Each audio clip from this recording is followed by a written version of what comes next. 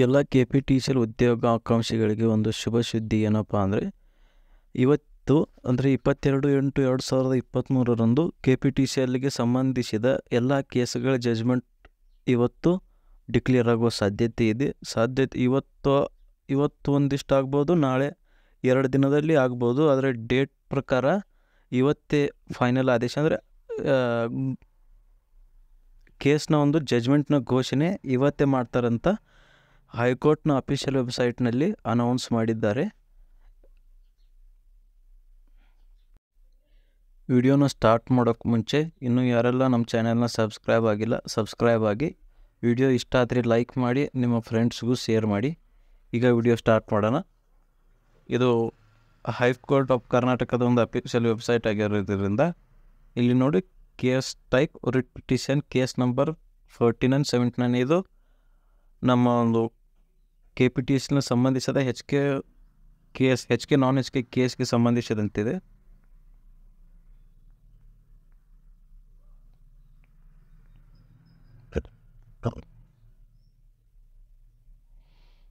ಇಲ್ಲಿದೆ next hearing date. Hearing ಏನಿಲ್ಲ, ಆದರೆ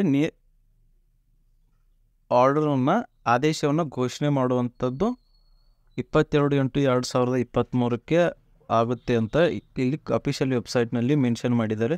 ಸ್ಟೇಟಸ್ನು ಪೆಂಡಿಂಗ್ ಇದೆ, ಇವತ್ತಿದು ಕ್ಲಿಯರ್ ಆಗುತ್ತೆ. ಡೈಲಿ ಇನ್ಫಾರ್ಮೇಷನಲ್ಲೂ ಏನೂ ಮೆನ್ಷನ್ ಆಗಿಲ್ಲ. ಡೈಲಿ ಇನ್ಫಾರ್ಮೇಷನ್ ಅಂದರೆ ಕೋರ್ಟ್ ಏನು ಜಜ್ಮೆಂಟ್ ಆಗುತ್ತಲ್ಲ, ಅದು ಇಲ್ಲಿ ಡೈಲಿ ಇನ್ಫಾರ್ಮೇಷನಲ್ಲಿ ನಿಮಗೆ ಸಿಗುತ್ತೆ. ಇದರ ಒಂದು ಲಿಂಕನ್ನು ನಾನು ಡಿಸ್ಕ್ರಿಪ್ಷನ್ ಬಾಕ್ಸ್ನಲ್ಲಿ ಮೆನ್ಷನ್ ಮಾಡಿರ್ತೀನಿ. ನೀವು ಅವಾಗ ನೋಡಿ ಅಪ್ಡೇಟ್ ಆಗುತ್ತಾ ಇಲ್ಲ ನೋಡಿ ಅಂತ ಚೆಕ್ ಮಾಡ್ತಾ ಇರಿ. ನಾನು ಅಪ್ಡೇಟ್ ಆದ ನಂತರ ಚೆಕ್ ಮಾಡ್ತಾನೆ ಇರ್ತೀನಿ. ಇದು ಪಿಟಿಷನರು ನವೀನ್ ಕುಮಾರ್ ಎನ್ ಅವ್ರದ್ದು, ಇನ್ನು ಚೇತನ್ ಕುಮಾರ್ ಅವ್ರದ್ದು ಕೂಡ ನೋಡೋಣ. ಇದು ನೆಕ್ಸ್ಟ್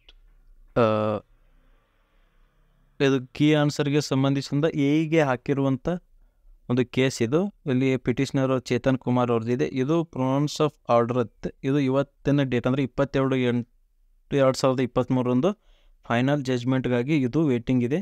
ಫೈನಲ್ ಜಜ್ಮೆಂಟ್ ಲೇಟ್ ಆಗಿರೋದ್ರಿಂದ ಹೈಕೋರ್ಟ್ನಲ್ಲಿ ತುಂಬ ಕೇಸುಗಳು ಫೈನಲ್ ಆರ್ಡರ್ ತನಕ ಬಂದು ನಿಂತಿವೆ. ಅವೆಲ್ಲ ಆರ್ಡರ್ ಆದ ನಂತರ ಅಂದರೆ ಮೋಸ್ಟ್ಲಿ ಇವತ್ತು ಒಂದು ಅರೌಂಡ್ ಅಬೌಟ್ 20 ಕೇಸಸ್ನ ಆರ್ಡರ್ ಇವತ್ತು ಪಾಸ್ ಆಗುತ್ತೆ. ಅದರಲ್ಲಿ ನಮ್ಮ KPTCLನ ಎಲ್ಲ ಕೇಸುಗಳು ಕೂಡ ಇವತ್ತೇ ಆರ್ಡರ್ ಆಗ್ಬೋದು. ಇವತ್ತು ಆಗಲಿಲ್ಲ ಅಂದರೆ ನಾಳೆ ಅಂತೂ ಫೈನಲ್ 23ನೇ ತಾರೀಕಂತೂ ಫೈನಲ್ ಆಗಿ ಆರ್ಡರ್ ಆಗುತ್ತೆ. ಇನ್ನು ಹೆಚ್ಚಿನ ಮಾಹಿತಿ ಮತ್ತು ಕಮೆಂಟ್ಗಳಿಗೆ ನೆಕ್ಸ್ಟ್ ವಿಡಿಯೋದಲ್ಲಿ ನಾನು ಉತ್ತರಿಸ್ತೀನಿ. ಈಗ ಇದಷ್ಟೇ ಮಾಹಿತಿ. ವಿಡಿಯೋ ಇಷ್ಟ ಆದರೆ ಲೈಕ್ ಮಾಡಿ, ನಿಮ್ಮ ಫ್ರೆಂಡ್ಸ್ಗಳಿಗೂ ಶೇರ್ ಮಾಡಿ. ಹೀಗೆ ಸಪೋರ್ಟ್ ಮಾಡ್ತಾಯಿರಿ. Thank you.